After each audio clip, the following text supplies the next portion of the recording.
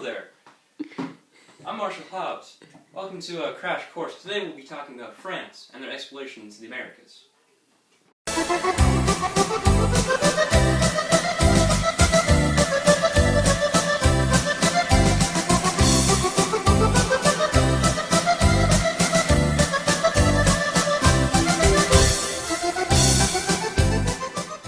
The New World, known today as the United States of America, it's pretty well known that many countries such as Spain and England both took interest in the Americas and were the first to colonize it. But today we're going to focus on one of the slower countries into the race, France. To be honest, they were pretty lazy when the craze began. Also, they were in a constant state of war with England, so that definitely restricted their access to the New World.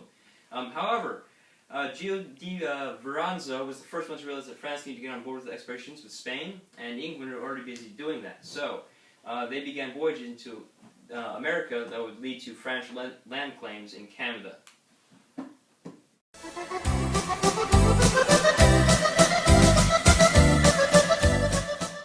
Now, the French didn't really care much for finding the Americas. They mostly wanted a trade route to West Asia. But getting a share of the gold and silver that was coming out of America was also a secondary goal. But when they landed in America, they found out in the southern coast of California that what they could take advantage of was the abundance of beaver fur in the area. They can make tons of things. They can make beaver hats, beaver coats, beaver necklaces.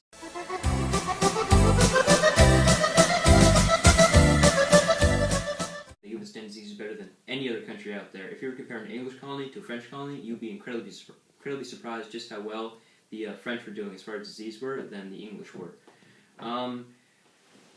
There was a lot of inequality as well with all the countries about gender, of course, and also during this time, the French were doing very well as far as food goes, which is another advantage they had over other countries.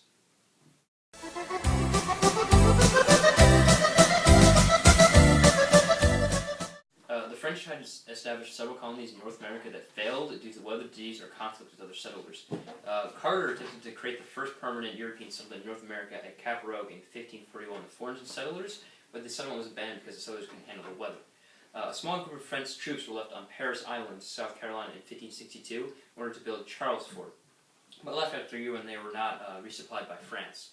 Fort Caroline, in present-day Jacksonville, Florida, in 1564, lasted only a year before being destroyed by the Spanish from St. Augustine. An attempt to settle convicts on Sable Island off Nova Scotia in 1598 failed after a short time.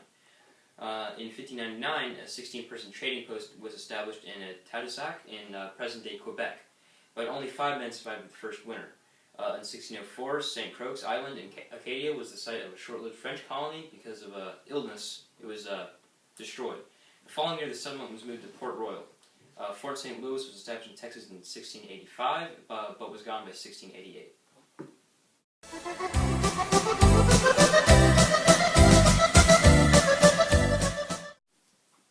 In France during this time, Catholicism was the most practiced religion. The French did not punch religion down the natives' throats like the Spaniards did when they wiped out the Mayans, the Aztecs, and the Incas. The French were mainly in America for new land and trade, so religion wasn't necessarily as important as it was for the other countries. Catholic missionaries went throughout America and converted Native Americans to Christianity, but many refused to accept it. Now it's time for the open letter.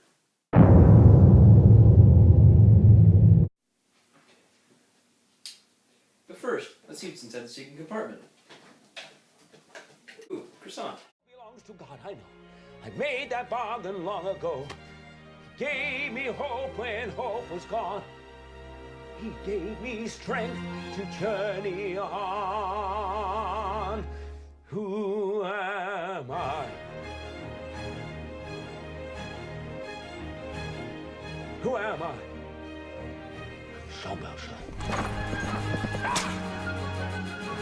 Monsieur le Maire. And so, Your Honor, you see it's true. This man bears no more guilt than you. Who am I? 2, 4, 6, or 1. An open letter to Giovanni de Verasco. Although their trip was considered an epic failure, it did provide good in the long run. Thanks to your jealousy of the Spanish voyages to the New World, you set out on a grand expedition in 1524 to find the Northwest Passage. Instead, you found North America, establishing original land claims for France. On your second voyage in 1527, you were killed in an encounter with the natives. Funny how things work out, huh? Fur trade. During the 1500s, Europeans explored the east coast of mainland North America. They traded with the natives they met. They traded knives, hatchets, and beads to the Indians for fur and meat. Indian trappers brought furs from the interior of the St. Lawrence River and traded there for manufactured goods from Europe. These goods included iron tools, wool blankets, clover cloth, and guns. 1608, Samuel Champlain made the first planned move into the interior of mainland America. He made Etienne Brule to live with the Hudson Indians to learn their language and trade routes.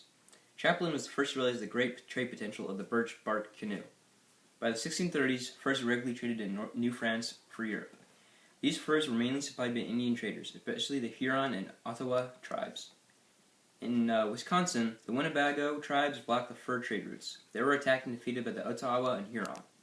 New tribes such as the Sacs, Fox, Potawatomi, and the Ojibwe began moving into the area that is now Wisconsin. 1670, the Hudson Bay Company was chartered. They claimed all of the lands that were drained into the Hudson Bay as their trading area. The posts were located in Hudson Bay, and the Indians brought their fur there. About this time, the Dakota Sioux attacked and drove the Huron and Ottawa out of the western Great Lakes. After this time, many Frenchmen moved into the region and began trading directly with the Indians. 1673, Marquette and Goliet used the Fox and Wisconsin rivers to reach the Mississippi. After this, the Fox and Wisconsin rivers became major transportation routes to the western trading regions. 1689, war broke out between France and England. It interrupted trade as far west as Minnesota. 1696, by royal etiquette, New France closed all its western fur posts. Trade was officially abandoned for 20 years. Illegal traders kept up their operations, however.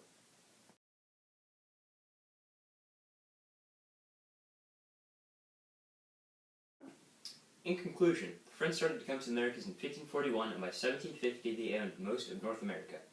There was many changes and continuities between France and New France. Trade was established, their original region government stayed strong, and they established better relationships with the natives than any other settlers. France helped establish the USA and Canada that we know today.